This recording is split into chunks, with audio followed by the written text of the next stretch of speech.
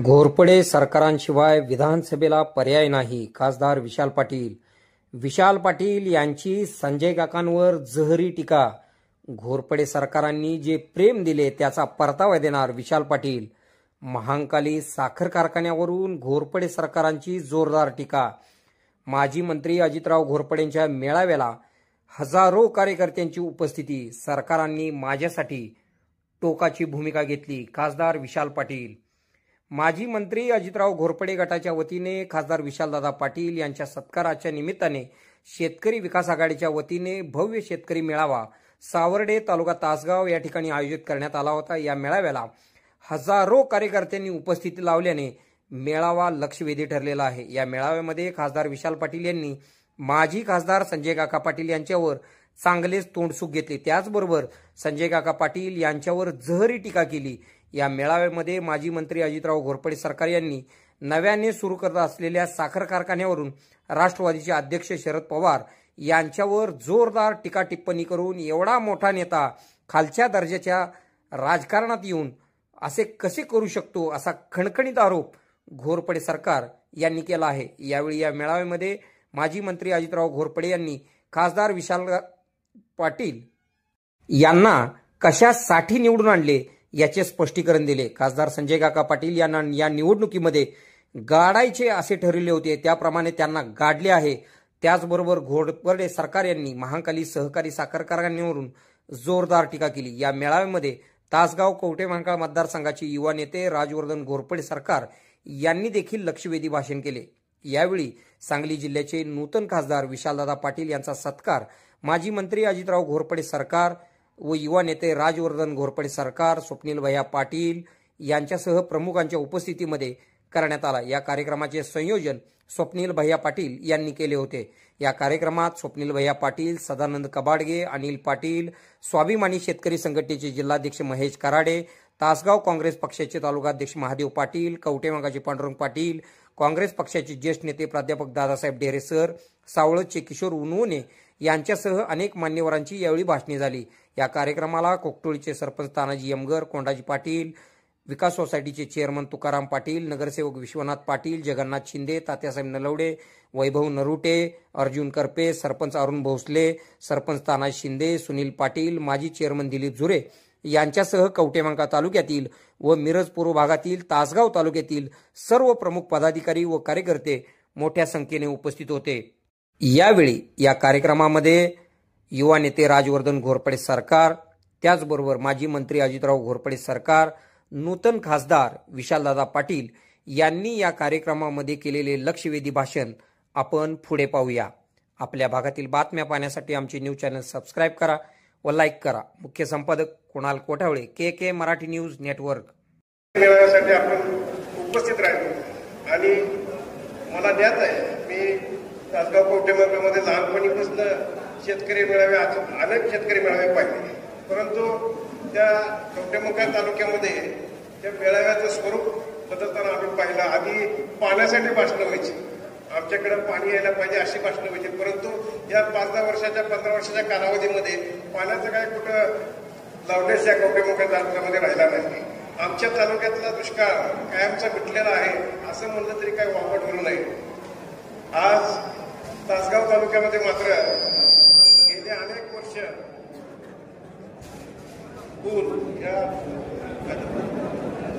या तासगाव तालुक्यामध्ये मात्र गेल्या अनेक वर्षापासून मैशाळ योजनेचे प्रकल्प सुरू होऊन आज 30 वर्ष झाले.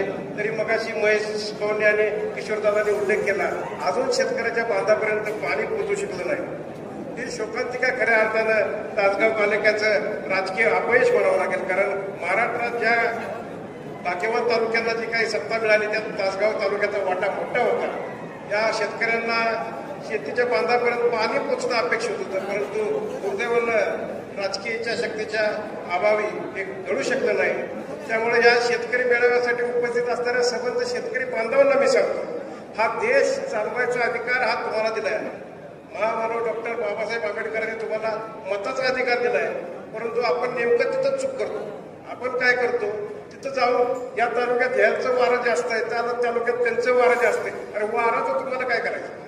तुमच्या रानात काय होणार आहे, तुमच्या शेताचं कल्याण कसं होणार आहे, हे बघून मतदान करण्याची प्रक्रिया जोपर्यंत आपण राबवत नाही तोपर्यंत आपल्याला आपला हक्क मिळणार नाही. मागून घ्यायचं सोडून देतं, मागून घेण्याचे दिवस संपलेत. आता संघर्ष करून मिळवायचे दिवस इथं पुढं येतील. त्यासाठी या विभागातील शेतकरी वर्गाला सज्ज राहिलं पाहिजे. दादा, आज शेतीची वाईट अवस्था झालेली आहे. आज मगाशी सुप्रीम भाईंनी सांगितलं तसं बांगलादेशची सीमा बंद झालेली आहे, श्रीलंकाची सीमा बंद झालेली आहे, चायना बॉर्डर बंद झालेली आहे. आणि या विभागातील द्राक्ष उत्पादक शेतकऱ्यांनी काय करायचं? मला वाटतं 2019 पासून एकही वर्ष द्राक्ष शेती नफ्यात गेलेली नाहीये. सतत तोटा होत चाललाय.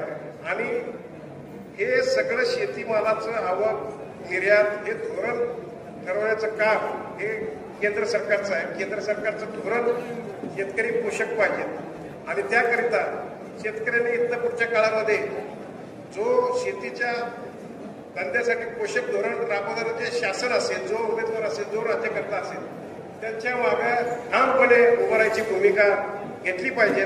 आज शेतीचं जर वास्तव पाहिलं, या भारतामध्ये कृषी मूल्य आयोग म्हणून एक संस्था आहे. मोठमोठे तज्ज्ञ विद्वान पदाधिकारी त्या कृषी मूल्य आयोगाचे अध्यक्ष सदस्य असतात. परंतु मला आजवर कधी त्या शेतीच्या खर्चाच्या तुलनेमध्ये शेतकऱ्याचा नफा वाढलेला आहे असं कधी झालेलं मला काही जाणवलं नाही. किंबहुना गेल्या 4-5 वर्षात उलटी शेतीची एवढी अवहेलना झालेली आहे. या शासनाचं धोरण आहे का काय आपल्याला कळत नाही. किंबहुना महाराष्ट्र राज्य ताब्यात कसं घेता येईल? शेतकऱ्याचं कंबरडं मोडून महाराष्ट्र राज्य ताब्यात घेता येईल का? हे धोरण शासनाचं चाललंय की काय? या दृष्टीने आपण या आगामी निवडणुकीकडे पाहिलं गेलं पाहिजे. आज दादा, मध्यंतरी लॉकडाऊनच्या काळामध्ये विमान सेवा बंद झाली. लॉकडाऊन होतं त्यामुळे प्रवासी संख्या नव्हती, विमान बंद होते. आणि लॉकडाऊन केल्याच्या नंतर पहिली गोष्ट झाली की ती विमान कंपन्यांना बेलआउट पॅकेज दे. 30,000 कोटीचं बेलआउट पॅकेज त्या विमान कंपनीनं घोषणा केली. अर्थमंत्री या महिला होत्या निर्मला सीतारामन, त्यांनी 30,000 कोटीचं बेलआउट पॅकेज सारखा शब्द पहिल्यांदा मी ऐकला. मग मी कोणात जाऊन पाहिलं तर त्याचा मतितार्थ असा होता की नैसर्गिक आपत्ती आली, पॅन्डेमिक आलं, महामारी आली, त्याच्यामुळं लॉकडाऊन घोषित करावं लागलं, त्यामुळं तोटा झाला. त्यामुळं 10,000 कोटी रुपये टेलिकॉम इंडस्ट्रीला आणि 30,000 कोटी रुपये एअरलाईन इंडस्ट्रीला बेलआउट पॅकेज दिलं. परंतु आपल्या शेतकऱ्यांसाठी कुठल्या पॅकेजची मागणी करण्यासाठी संसदेत कुठल्या खासदाराने आजवर प्रश्न उपस्थित केला नाही, पण त्याच्यावर बोललं नाही. हे आपल्या शेतकऱ्याचं दुर्दैव.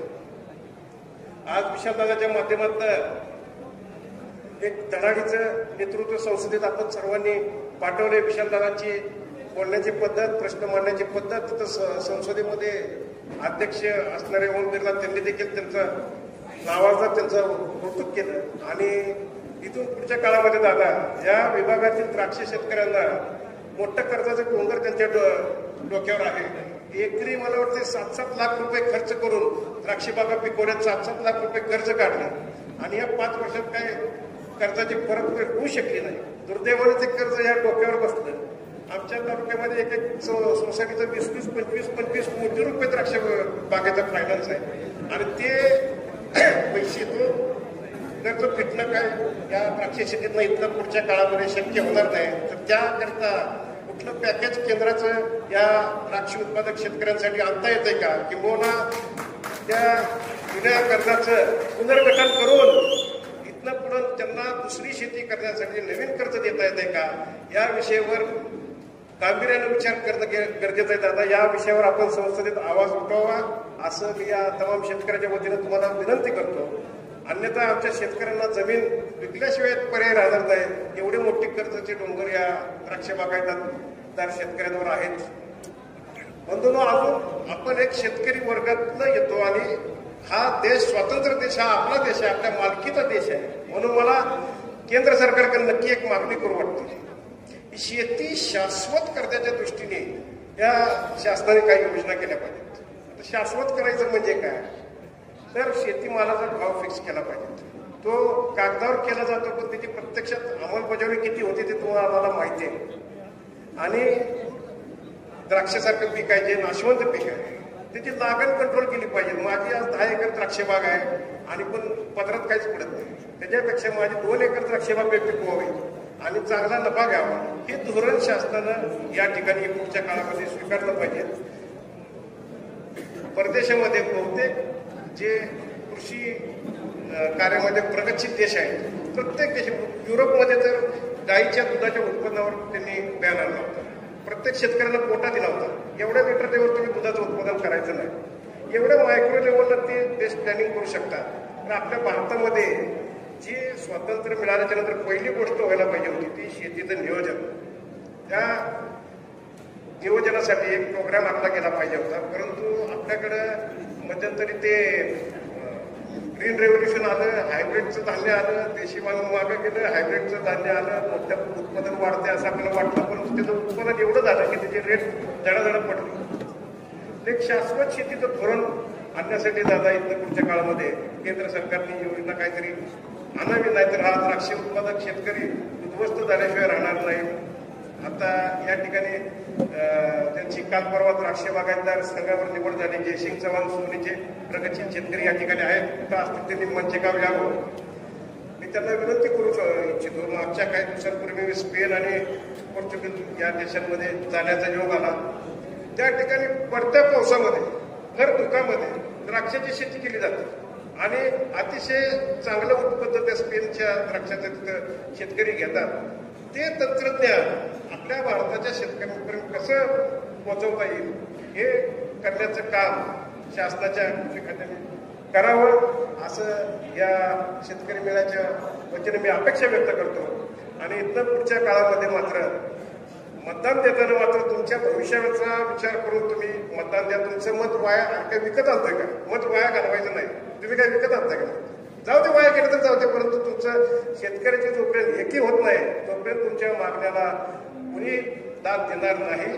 तुम्ही मतदानाची पद्धत इथल्या पुढच्या काळामध्ये बदलली पाहिजे. कोणीतरी कुणाच्या तरी सांगण्यामुळे मतदान देऊ नका.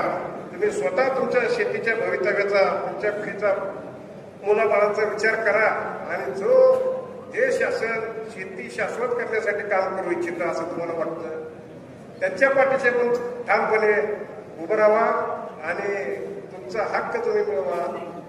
एवढंच या शेतकरी मेळ्याच्या निमित्तानं सांगतो. आणि जास्त वेळ न घेता खासदार विशालदादा घोरपडे सरकार बोलणार आहेत, त्यामुळे माझ्या 2 शब्द संपवतो. जय हिंद, जय महाराष्ट्र. सरकारवर प्रेम करणारे, या मतदारसंघाची काळजी असणारे सर्व प्रमुख नेते,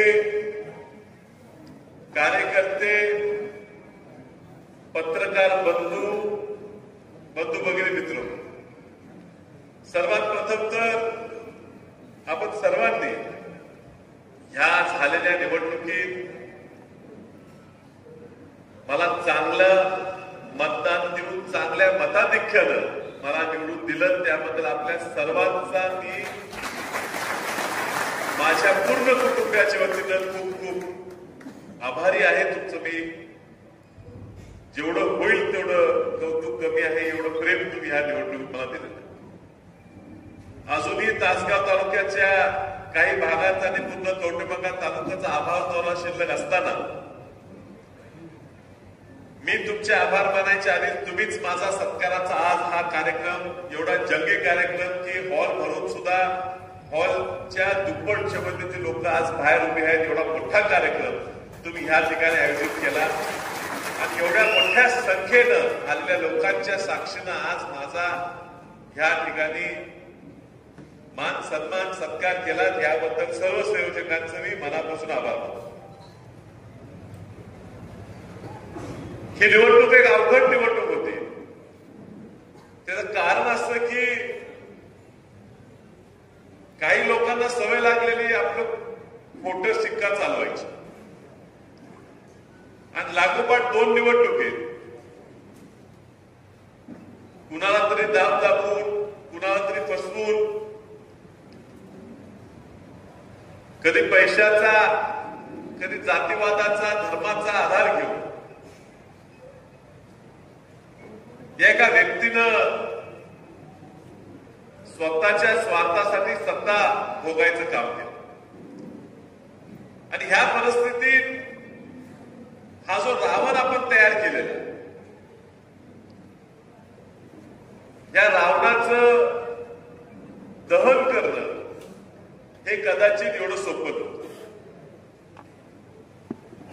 आता कुणीतरी रामाची भूमिका घ्यायला पाहिजे, कुणीतरी हनुमानाची भूमिका घ्यायला पाहिजे. मग सगळ्यांनी मिळून ठरवलं की तीर माझ्या हातात द्यायचं, धनुष्यबाण माझ्या हातात द्यायचं. पण हे होत असताना आधी लंका पेटवायची होती, ती जबाबदारी कुणाच्या डोक्यावर घालायची, तर ती घोरपडे सरकारने जबाबदारी घेतली.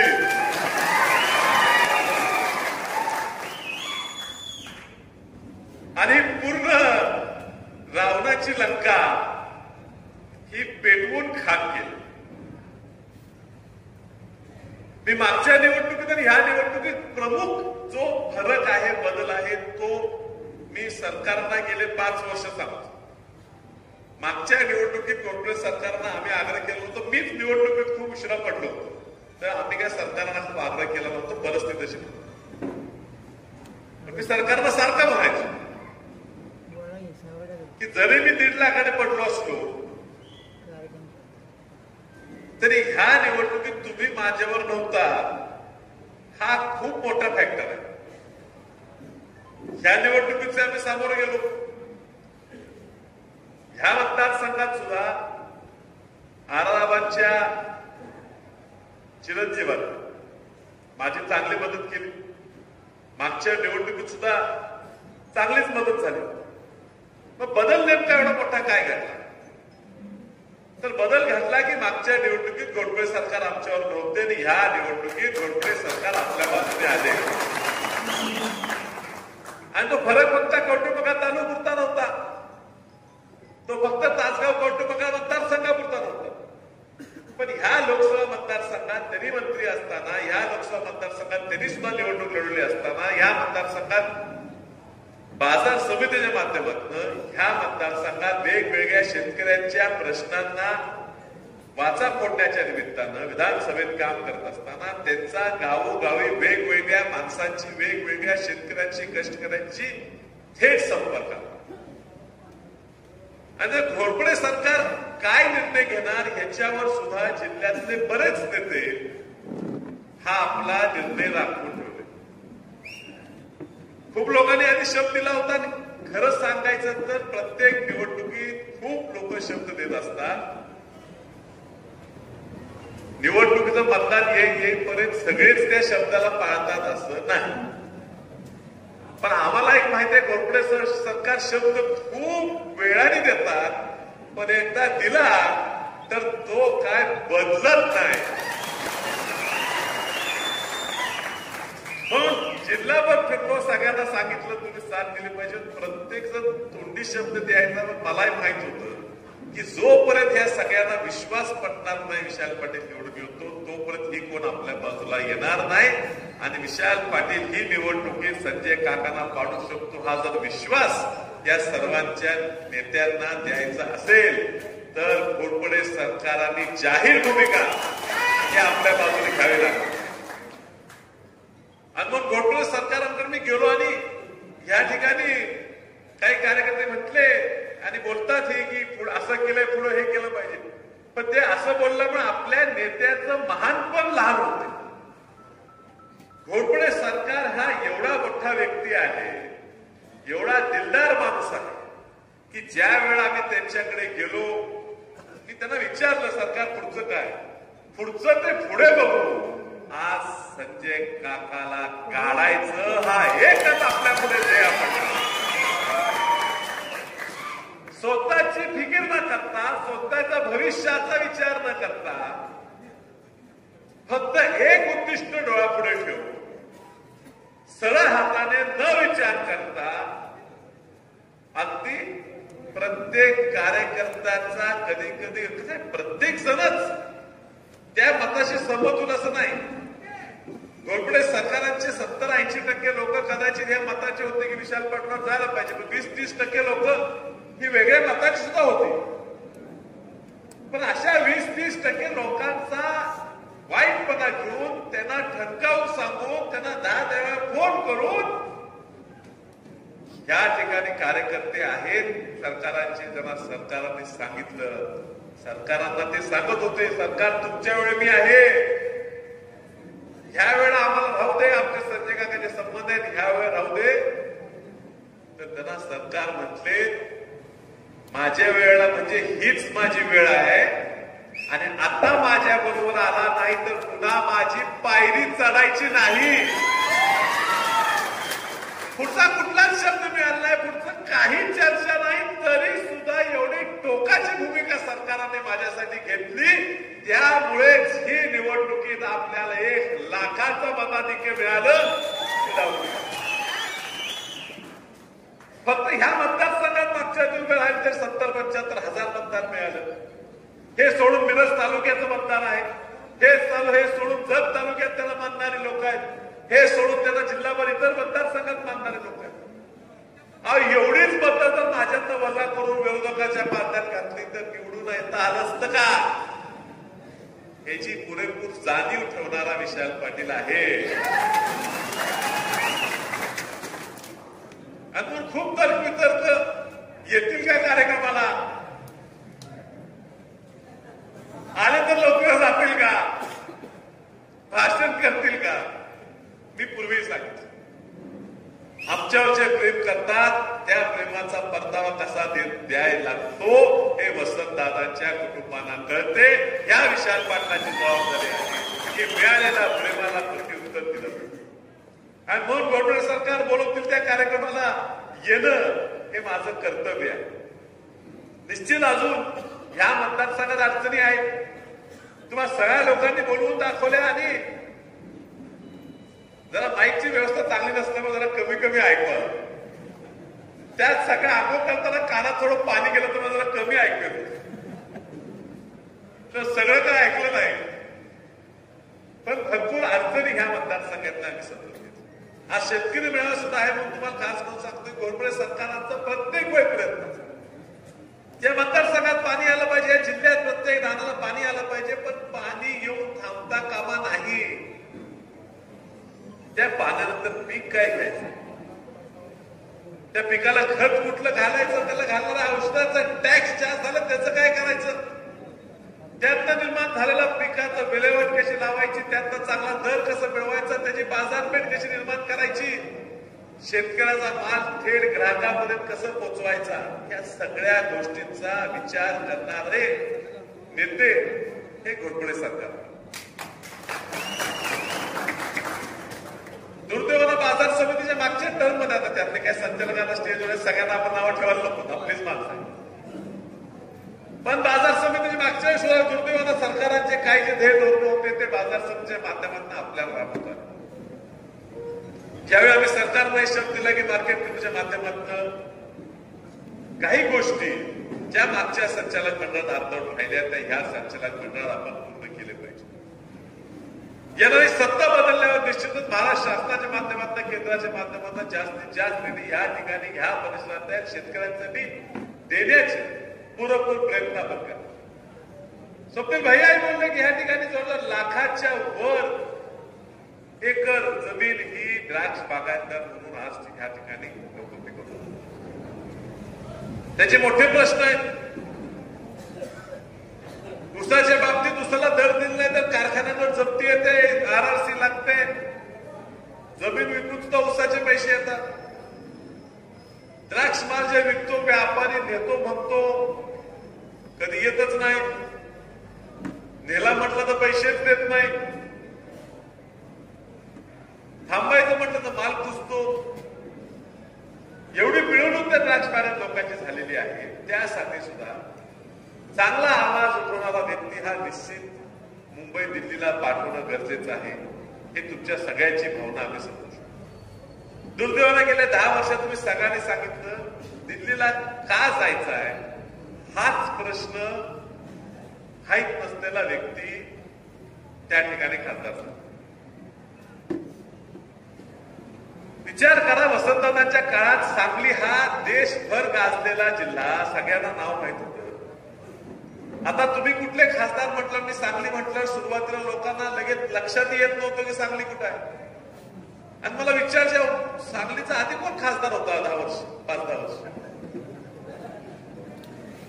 कधी दिसलाच नाही, कधी बोललाच नाही.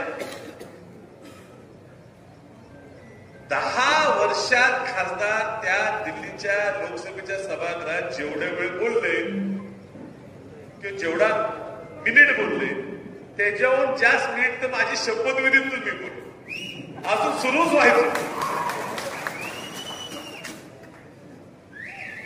जेवढ्या वेळेला लेखी स्वरूपात सुद्धा 10 वर्षात सरकार 10 वर्षात लेखी स्वरूपात तोंडी नाहीच, लेखी स्वरूपात त्यांनी काही चर्चेमध्ये सहभाग घेतला. ते मला बोलता येत नाही, मला तुमची भाषा येत नाही, मी लेखी स्वरूपात जेवढा लेखी स्वरूपात दिला 10 वर्षात त्याच्याहून जास्त वेळ तोंडी स्वरूपात एका अधिवेशनात मी बोललो. एका अधिवेशनात त्यांनी 9 वेळा गेले, मी 11 वेळा प्रश्न केला. पण ज्या खासदाराला खासदार व्हायचंय फक्त 7 पाऱ्यावर जास्तीत जास्त ठिकाणी आपलं नाव पाहण्यासाठी, ज्या व्यक्तीला खासदार व्हायचंय फक्त 2, 4 चे 5 कारखाने करण्यासाठी, ज्या व्यक्तीला खासदार व्हायचंय कोट्यवधी रुपये कमवण्यासाठी, ज्या व्यक्तीला खासदार व्हायचंय त्याची गुंडगिरी चालवण्यासाठी, अशा व्यक्तीला एवढ्या मतानं ते पण अपक्षाने पाडल्यावर सुद्धा अजून मग थांबा पुढची निवडणूक आहे. कुठं ऊर्जा येते कुणाच आरडीएफपणा जास्त केला. सांगली जिल्ह्यातलं नव्हे तर महाराष्ट्रातले जे जे देव होते सगळ्या देवांकडे जाऊन आले, तरी एक बी देव ह्या लोकसभेला पावलेला नाही. कसं असते, पापाचं घडं एकदा भरलं ना तर देवाला बी जाणीव होते राक्षस कोण आहे. ह्या राक्षसाला पुन्हा वर येऊ द्यायचं नाही, हे तुम्ही आम्ही सगळ्यांनी एकत्रितपणे ठामपणे ठरवलं पाहिजे. कारण हा जो भूत आहे ज्याने वेळोवेळी सरकारांना फसवलं, सरकार पण बिचारे मोठ्या मनाचे, प्रत्येक निवडणूक आली तर काहीतरी कोण बोलून जाणार. आमचे महादेव नाना पण यावेळी जरा फसले, पुढचा शब्द देतो म्हटलं तर वाटतं काहीतरी नगरपालिका ताब्यात देतो म्हटलं, त्यांच्या ताब्यात आले तर तुम्हाला द्यायचं, त्याला तर कुठे गावणार आहे मला कळत. आता लोक दूर जायला लागले. असलं राजकारण हे चालत नाही. काही दिवस चालते, काही वर्ष चालते, पण शेवटी लोक शाने. विकासाचं राजकारण केलं तर पुढे आपण जाणार. संपर्काचं, लोकांच्या सहवासाचं, शेतकऱ्यांच्या कष्टकऱ्यांच्या कामाचं, त्यांचे कष्ट ओळखणारा, त्यांचा घामाला दाम देणारा असा व्यक्ती लोकप्रतिनिधी तुम्हाला मिळाला पाहिजे, हे सगळ्यांचं मत आहे, मला जाणीव आहे. आणि माझी जबाबदारी आहे ह्या मतदारसंघात राक्षसाला गाडायचं आणि पुन्हा चांगले दिवस या मतदारसंघात आणायचे. बाळ असतील, घोरपडे सरकार असतील, यांच्या प्रत्येक प्रयत्न मी त्यांच्यावर राहतो, मी राहणारच आहे. आणि एक मात्र कष्ट खरी आहे की समजून घ्या, जसा लोकसभेला सुद्धा घोरपडे सरकारांशिवाय पर्याय नाही, तसं विधानसभेला सुद्धा घोरपडे सरकारांशिवाय पर्याय नाही.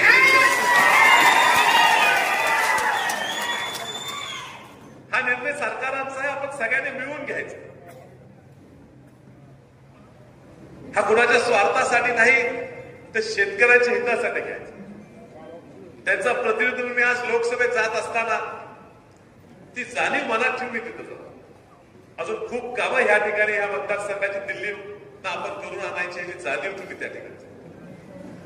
आणि म्हणून घोरपडे सरकारांबरोबर बसून ह्या मतदारसंघाचे काय प्रश्न आहेत, ह्या मतदारसंघात पुढं काय केलं पाहिजे,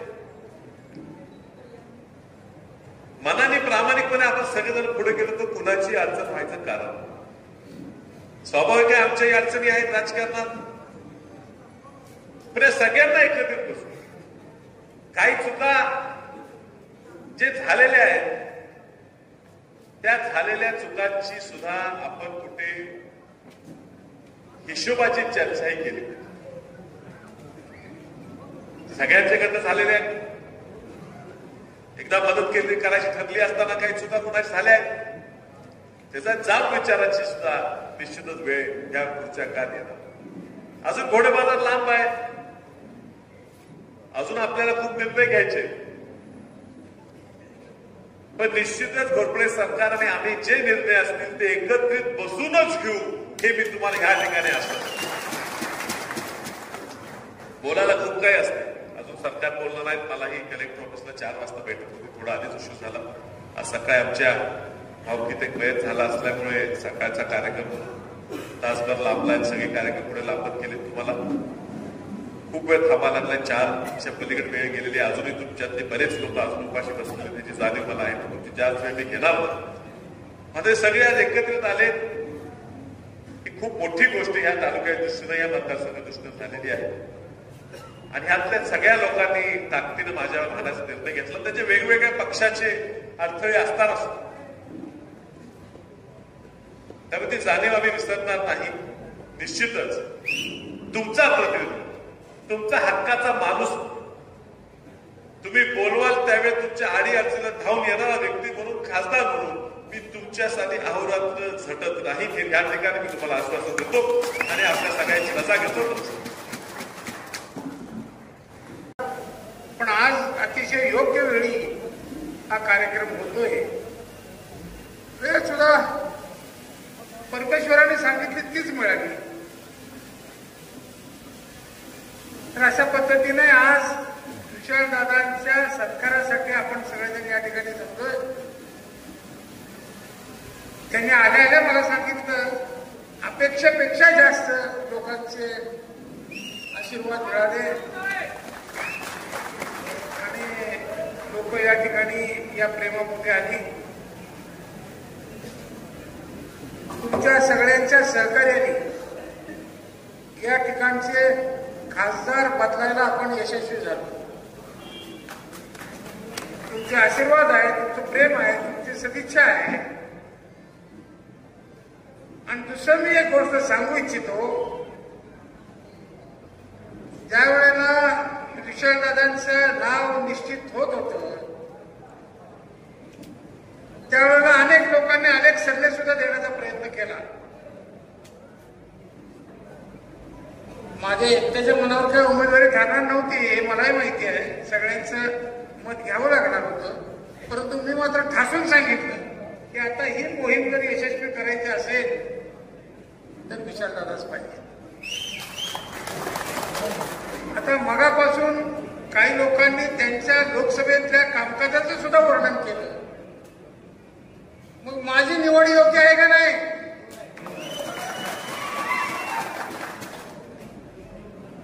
याच्यातून फार मोठा विकास या जिल्ह्याचा होणार आहे, एवढंच मी सांगतो. आता फार वर्णन करत बसलो तर वेळ पुरणार नाही, एक दिवसही पुरणार नाही. पहिल्या अधिवेशनाच्या पहिल्या दिवशी त्यावेळेला मला कळलेलं बातमी आहे ना, त्यावेळेला विशालदादांच्या एका विषयावर बोलण्याचा वेळ आली.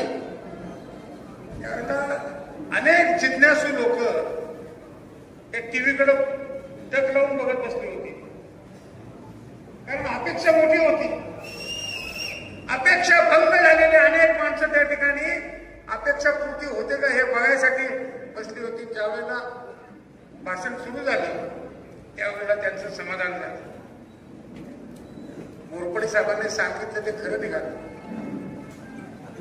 खरं सोनं आहे. त्यामुळं काळजी करायचं काही कारण नाही इथं पुढं. आता तुमच्या सुदैवाने जिल्ह्याच्या कानाकोपऱ्यात जनसमुदाय जमायला लागलाय आणि म्हणून या प्रसंगी मी एकच आपल्याला विनंती करतो, वसंतराव दादाच्या जीवनाचा इतिहास सांगणं याची काही गरज आहे असं मला वाटत नाही, तो सगळ्यांनाच माहिती आहे. परंतु दादांच्या काही चालीरीती या विशालदादांनी समजून घेणं मात्र गरजेचं आहे. राजकारणात आता निवडणुकीचा निकाल लागला, गुलाल उधळला, फटाके उधळले, घोषणा दिल्या, एवढं मर्यादित आपला दृष्टिकोन नाहीये. आपली नजर लांब टप्प्याची आहे. आज एक संधी मिळाली, ही संधी मिळवायला 10 वर्ष गेली. 10 वर्ष वाया गेली. किती दम काढला असेल विचार करा. तुम्ही काढला, मीही काढला. ते म्हणतात ते खरं आहे. मागच्या वेळेस त्यांनी फार मोठा आग्रह केला, बैठका झाल्या, परंतु मागची वेळ योग्य वेळ नव्हती आणि त्याच्यामुळं मला जरा थांबावं लागलं. आणि परत आता एका गोष्टीचा उल्लेख या ठिकाणी करतो. वाईट वाटून घेऊ नका, रागही मानू नका, पण म्हणलं एक तालुका आहे, त्या तालुक्यातून जर एक घोषणा झाली, आमचाच खासदार, आमचाच आमदार घोटाळा होईल, त्यापेक्षा जरा थांबूया. पुढच्या वेळेला काय करायचं तुम्ही. मला विश्वास नव्हता, मी खोटं बोलणार नाही, त्यांनी सांगितलं खोटं कधी बोलत नाही. आणि एवढी घाई नसते आम्हाला की आता लगेच ताबडतोब पळत पळत जाऊन रेल्वे धरायचे. शांतपणे लोकांना विश्वास पटेल तोपर्यंत थांबायची आमची तयारी आहे. आणि म्हणूनच ही योग्य वेळ होती. अर्ज भरायचे. मला बाबींचाही फोन आला होता आणि विशालदादांचाही फोन आला रात्रीच्या वेळेला. सरकार कसं काय करायचं म्हणलं. आता काय करायचं, आता फॉर्म आहे, सही करायचे, उद्या मी आहेच म्हणलं सकाळी. म्हणलं नक्की नक्की, म्हणलं नक्की. शब्द दिलेला अजितराव घोरपडे कधी मागं घेत नसता. तुम्हीच सांगितलं काय वाटतं ते उद्या. पण आता हे मैदान हे अंतिम निर्णयाचं मैदान आहे. आणि मग सुरुवात झाली. कसे कसे प्रसंग आले त्या सगळ्याला तोंड देत देत हिशोब बघतो.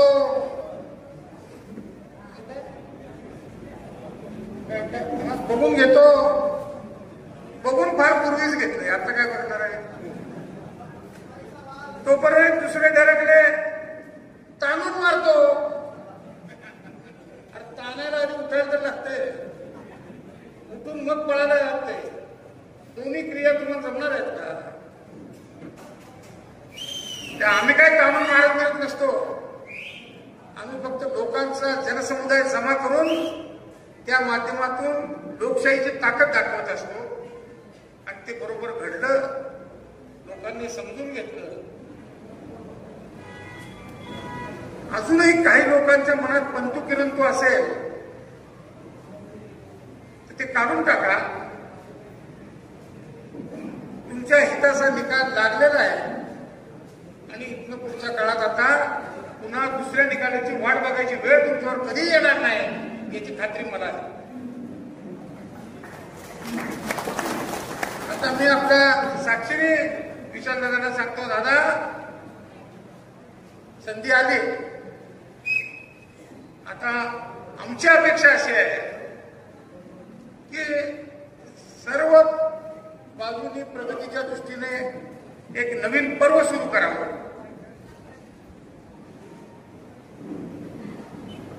वसंतराव दादांना राजकारणात कुणी आणलं नाही, त्यांचं ते झाले. पण एक नवीन पर्व घडवून गेले. आता इतिहास लिहायची काही सोय नाही आहे, परंतु जर लिहायचंच म्हणलं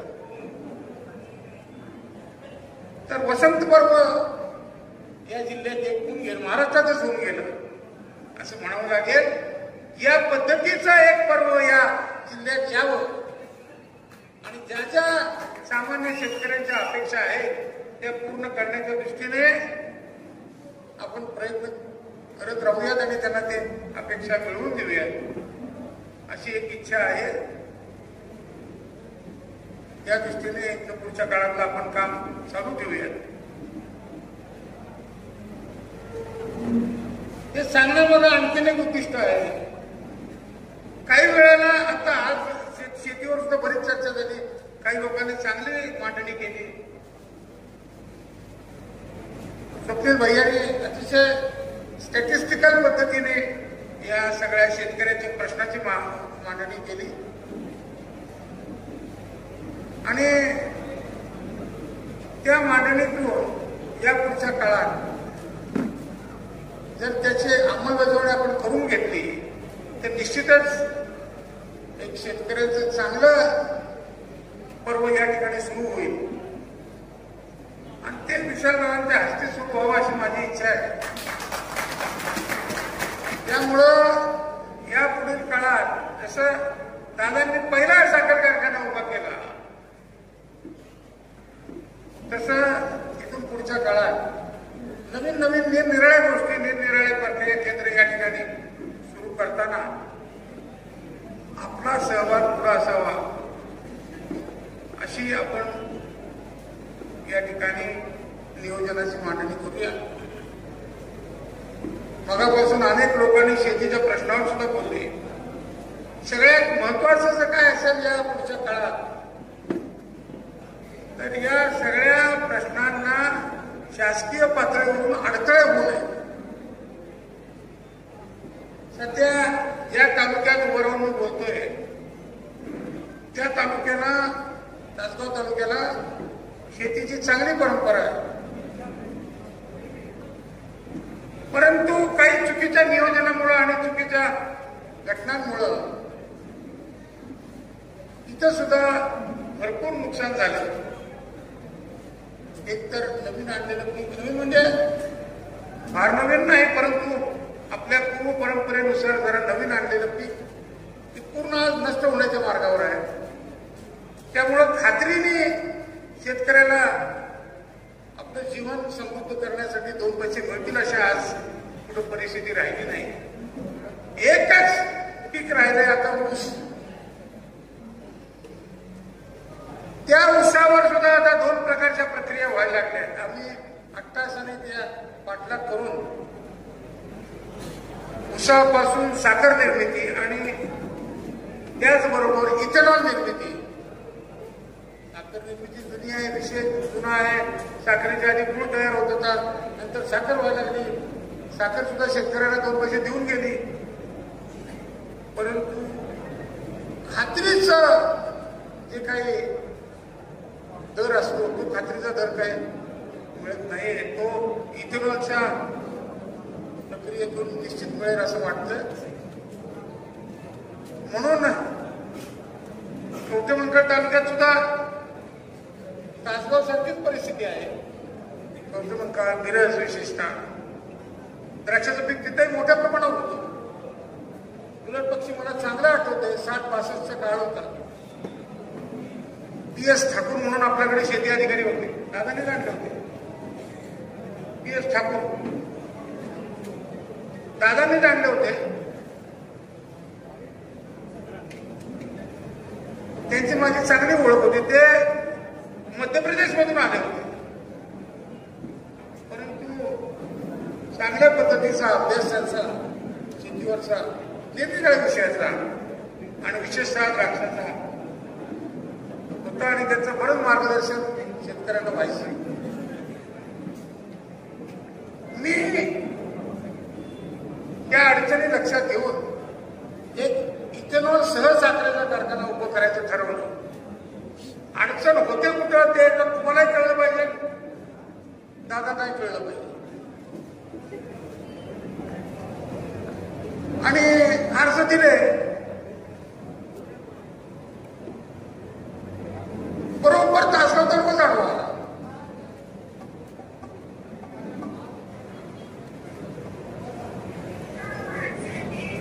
रिजेक्ट केलं प्रकरण अधिकाऱ्यांनी. भेटायला गेलो म्हणलं काय तर आज तुम्हाला म्हणून मी सांगतो आपल्याकडे इथं सांगलीला कलेक्टर होते.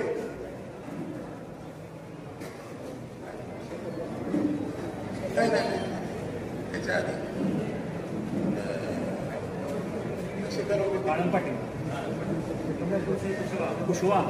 चव्हाण, राजेंद्र चव्हाण. डोळ्यात पाणी आलं त्यांच्या सरकार. तुमच्या बाबतीत माझ्या हातनं ही चूक व्हावी. अत्यंत मोठं दुर्दैव आहे पण माझा नाईलाज झाला. आणि स्वतः पवार साहेबांनी फोन करून सांगितलं की हे रिजेक्ट करायचं. असं काय घडलं होतं माझं? शेतकऱ्यांसाठी निर्माण होणारा कारखाना प्रकरण रिजेक्ट झालं पाहिजे. शेतकऱ्याची नाही काळजी. कुणी शिकवलं होतं, काय शिकवलं होतं, असं तालुक्यातूनच शिकवलं गेलं. हे जे प्रकार होत आहेत हे प्रकार आता बंद होते. ना हे झालं आणि तो कारखाना रिजेक्ट झाला. मग ते मी थोडस कामाची सवय लागावं म्हणून राजवर्धन घोरपडेंच्या हस्ते सगळे कागदपत्र वगैरे तयार केले होते. काम कसं असतं ते एकदा कळू दे. त्याने ते केलं, मात्र पूर्ण केलं आणि शेवटी निकाल उलटा लागला. मला काळजी होती आता याचे परिणाम काय काय होते. एवढं कवळे मनावर परिणाम झाले, काही कारणच काय नव्हतं. म्हणलं ठीक आहे, आपण जरा काहीतरी विषय बदलून हे करूया. ती चिकाटी माझीच चिकाटी त्यांच्यात आहे ना. त्यामुळं एक आठवडाभरात त्यांनी दुसरं पर्याय आणला. म्हणलं आहे, परंतु आपल्याला कर्नाटकात जावं लागतं. म्हणजे दाखवू दे, काय हरकत नाही. आणि मग कर्नाटकातला अर्ज केला. माझं सुदैव, आता तुमच्या पुढे सांगायला काय हरकत नाही, मी अनेक लोकांना बोललोय, सगळे पाहुणे गोळा केले कर्नाटकात आणि मुख्यमंत्र्यांना भेटलो. हेच मुख्यमंत्री होते सिद्धरामय्या. त्यांनी बघितलं, म्हणलं कुठेतरी बघितलं. म्हणलं मी लवादेवाला चालला होता कर्नाटक महाराष्ट्राचा, त्यावेळेला इरिगेशन मिनिस्टर. लवादावरच्या सह्या माझ्या आहेत. ठीक आहे, बरोबर. आता ओळख लायसन देणार मग. त्यांनी 8 दिवसात लायसन दिलं. यांना सांगितलं राजवर्धन की ते देतो म्हणतात, घेऊया म्हणते, काय हरकत नाही. कर्नाटकातनं लायसन आणलं आणि माझा नशीब चांगलं की माझ्या डोंगरीतल्या घरापासून 3 किलोमीटरवर लायसन मिळालं. हे नशिबाचा भाग आहे. अशा घटना या राजकारणात घडतात आणि मग राजकारणातली स्पर्धा सुरू होते. राजकारणात स्पर्धा, मत्सर, विकृती ही कुठनं येते? या अशा प्रसंगातून येते. काय करत होते एवढ्या मोठ्या माणसाला या बारक्या प्रकरणात लक्ष घालायचं? काय करत होते? पण कुणीतरी सांगितलं अतिजिव्हाळ्याच्या माणसांना कुठं ठेवायचं असतं हे सुद्धा आपण ठरवलं पाहिजे. त्याचा परिणाम जर दुसऱ्या सामाजिक विकासावर किंवा काही लोकांच्या मनावर व्हायला लागला तर त्याचंही आपण पथ्य पाळलं पाहिजे. आता एवढं मोठं झाल्यानंतर प्रकरण मी आता हाताला लागत काय? ते विशालदारांच्या निवडणुकीत निरोप आला, साहेबांना बोलायचंय. म्हणजे मला वेळ नाही, काम होतं, मला सध्या काही वेळ नाही. या अशा घटना राजकारणात घडत असतात, या तुमच्या कानावर येत नाहीत आणि म्हणून मग आम्ही काही वेळेला कसं वागतो, काही वेळेला असं बोललं जातं, अजितराव ताट येतो. आता ह्या प्रकरणात ताट राहू का नको? नाहीतर संपूर्ण समाजाचं नुकसान झालं असतं. मला माझं पाणी दाखवायलाच पाहिजे होतं, इलाजच नव्हता दुसरा.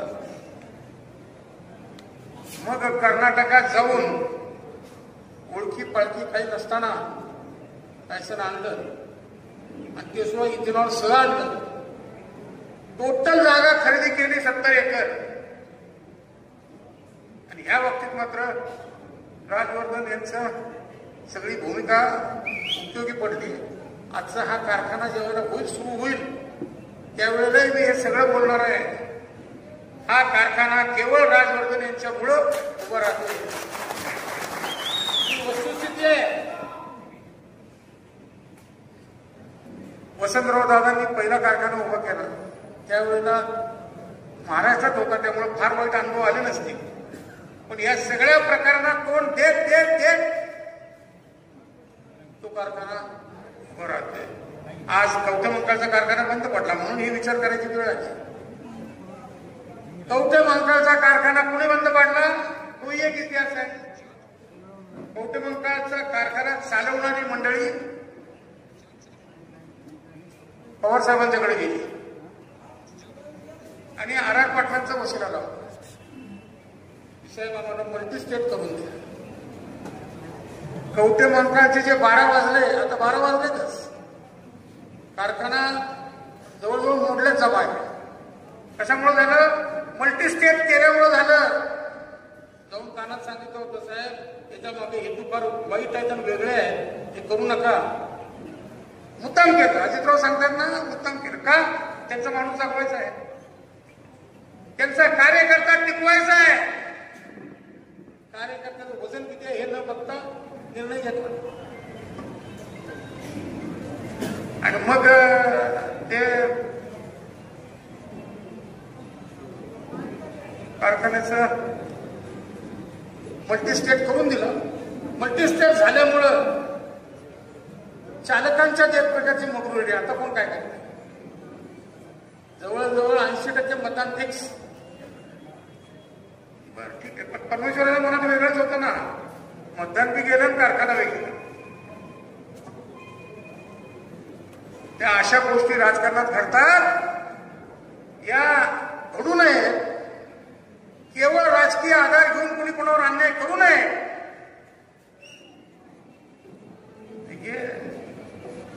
थांबवण्यासाठी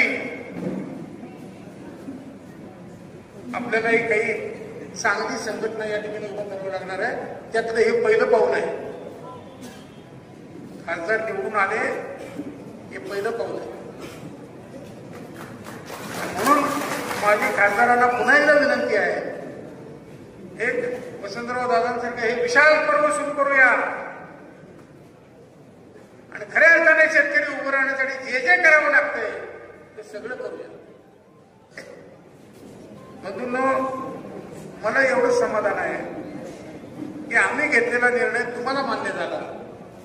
तुम्ही चांगल्या प्रकाराने मतदान दिलं.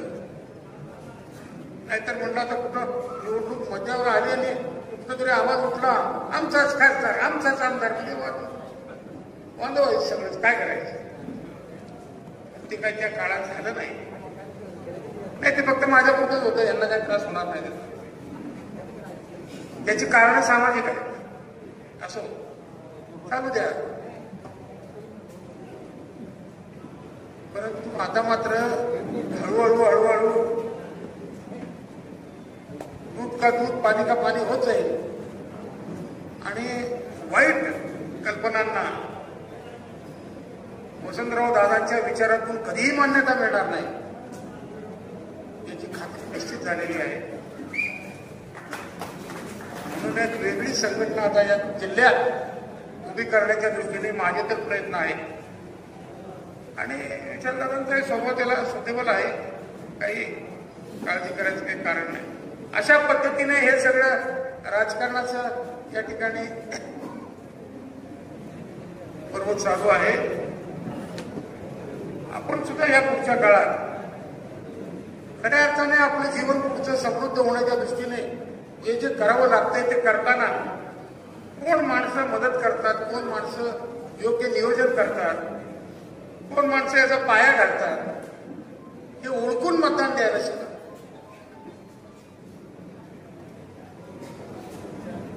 नाहीतर आमचाच खासदार, आमचाच आमदार, काय झालं? 2 कारखाने गेले, एक विकला आणि एक चालवा दिला. तासगाव तालुक्याच्या मालकीचे कारखाने गेले. हा तासगावचा कारखाना दिनकराबांनी मंजूर केला होता त्यावेळेला. आज काय राहिलं तिथं? चालवायला जायची वेळ आली. हे कशामुळे झालं? हे तुम्ही दिलेल्या घोषणेमुळे झालं. ही घोषणा जर नसती दिली तर काय सत्य आहे ते लोकांना कळलं असतं आणि त्याप्रमाणे निकाल लागला असता. बंधूंनो, मला यातून एकच सांगायचं आहे की इथं पुढच्या काळात जैसी करणी वैसी भरणी म्हणून एक म्हण आहे हिंदीत. तसं जसं मतदान तुम्ही द्याल त्या पद्धतीची फळं तुम्हाला मिळतील. बघा, विचार करता का? सदैव सत्य डोळ्यासमोर ठेवून मतदान करणार असं जर म्हणालात तर खऱ्या अर्थाने चांगले निकाल लागतील, चांगली काही उदाहरणं डोळ्यासमोर येतील. म्हणून मला असं सांगायचं आहे की या सगळ्या गोष्टीत या देशाचं, या जिल्ह्याचं परिवर्तन घडवण्यासाठी आपलं सहकार्य महत्वाचं आहे. आपण ज्या वेळेला योग्य मतदान कराल त्याच वेळेला चांगली माणसं निवडून येतील. तर आजची परिस्थिती अशी आहे, तुम्ही किती अनुभव घेताय मला माहित नाही, पण बरीच लोक आता निवडणुकीत उभं राहायला तयार नाही. बरीच लोक नको निवडणूक.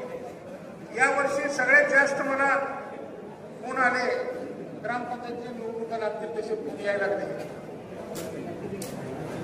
म्हणलं काय पाहिजे?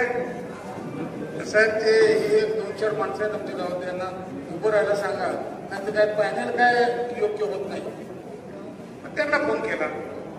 म्हणलं काय बाबा सांगायची पाळी आली, काय काय वापरकडे त्या सीटवर कुठून पडायला पाहिजे ते मी सांगायची पाळी काय यार, उभं राहा म्हणून. नाही साहेब ते काय आम्हाला जमणार नाही. एक वेळ गाव झाडायला सांगा, गाव झाडत बसतो, पण निवडणुकीत काय उभं राहत नाही. हे म्हणणारी माणसं आता निर्माण व्हायला लागली. कशात ना? मतदारांच्या त्रासामुळं. स्पष्ट सांगतो, ते तरी कशाला लपून ठेवू आहे, हे असं आहे. मतदारांच्या त्रासामुळं चांगली माणसं राजकारणात बाजूला चालली. ही आजची राजकारणाची परिस्थिती आहे. याच्यावर काय उपाय? याच्यावरचा उपाय फक्त तुमच्या पोटात आहे. बोट कुठं जाऊन काय दाबते बटन त्याच्यावर. जर हेच चाललं पुढं काय कुठल्या संस्थांचं काय करता? हे 2 कारखाने इथले संपले, तो गणपती जिल्हा संपला आणि काय काय बाकी किरकोळ संस्था गेल्या गिरीश सरांना म्हटल्यासारख्या संपून गेले. हे कशासाठी चाललंय? काय चाललंय?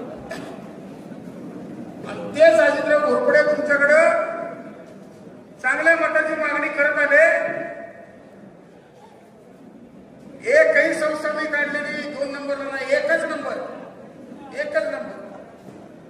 सगळ्याच्या सगळ्या संस्था अगदी फर्स्ट क्लास चाललेले, लोकांच्या उपयोगी पडते.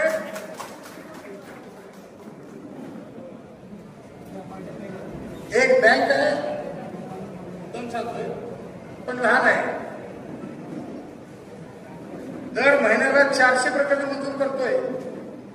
400 घरं उभी राहतात.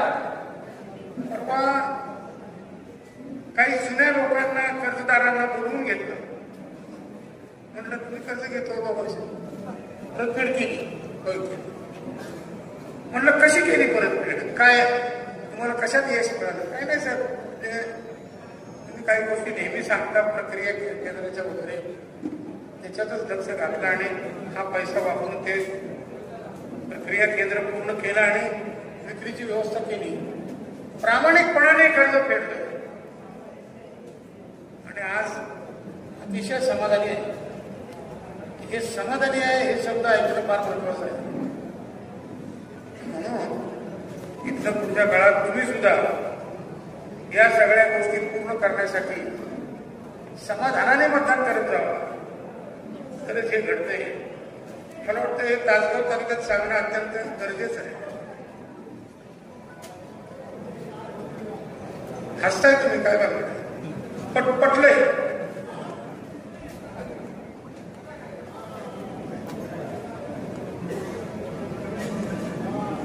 तर इथनं पुढचा समाजातल्या समाधानाचा भाग आणि देशाच्या विकासाचा भाग हा तुमच्या मतदानावर अवलंबून आहे.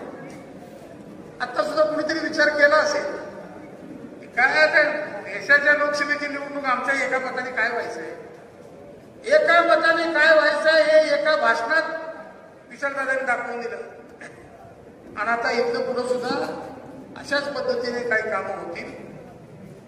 म्हणून मी मगाशी म्हणलं की आम्हाला आता अपेक्षा आहे की वसंतदादांच्या पर्वासारखं विशाल पर्व सुरू व्हावं आणि त्या माध्यमातून या महाराष्ट्राला एक दिशा मिळावी. दादा लय लांब चालायचं आहे, वा पुढं आहे आम्ही, काळजी करू नका. फार लांब चालायचं आहे. वसंतराव दादांनी जेवढा काळ या महाराष्ट्रात दिला तेवढा काळ तुम्ही द्यायचा आहे. आणि त्याबरोबर आम्ही आहोतच तुमच्या बरोबरीने. त्यामुळं एक अतिशय संपन्न असं युग तयार होईल आणि त्याची अपेक्षा आहे. असो मला वाटते निवडणूक का केली, आज सत्कार का केला, याचं तुम्हाला उत्तर मिळालं असेल. त्या दृष्टीने तुमचं सुद्धा नियोजन याच पद्धतीचं असावं एवढं या ठिकाणी मी आज आपल्याला विनंतीपूर्वक सांगतो. पुन्हा गाठ पडेल वेळ येईल. ज्या काही कमतरता आहेत तासगाव तालुक्यात त्या सगळ्या पूर्ण करण्याचा आटोकाट प्रयत्न करू एवढंच मी आजच्या या ठिकाणी शब्द देतो आणि या ठिकाणी थांबतो. जय हिंद, जय महाराष्ट्र.